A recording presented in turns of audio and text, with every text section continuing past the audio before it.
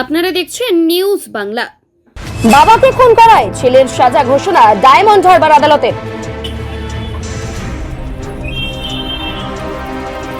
বাবাকে খুনের ঘটনায় ছেলেকে দোষী সাব্যস্ত করে সাজা ঘোষণা করল ডায়মন্ড হারবার আদালত।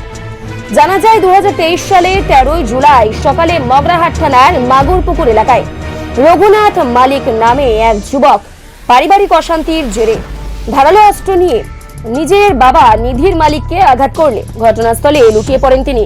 পরে হাসপাতালে নিয়ে গেলে চিকিৎসক তাকে মৃত বলে জানায়। ঘটনায় মগরাহাট থানায় আইপিসি 304 ধারায় মামলা রুজু করা হয়। ঘটনায় গ্রেফতার করা হয় অভিযুক্ত ছেলে রঘুনাথ মালিককে।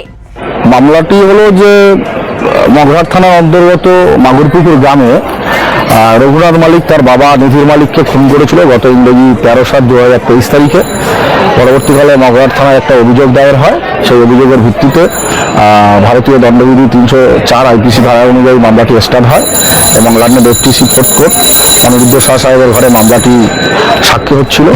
সরকার পক্ষের তরফ থেকে 14 জন সাক্ষীকে আমরা এক্সামিন করতে পেরেছি।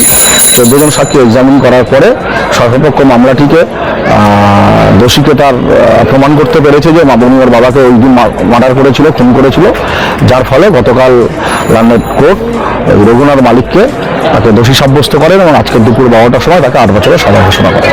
দীর্ঘ 3 বছর শুনানির পর ইংরেজি 23 এপ্রিল 2026 তারিখ ডায়মন্ড হারবার ফার্স্ট ট্র্যাক কোর্টে বিচারক অনিরুদ্ধ সাহার এজলাসে রায় ঘোষণা করা হয়। অভিযুক্তকে 8 বছরের সশ্রম কারাদণ্ডের নির্দেশ দেন বিচারক।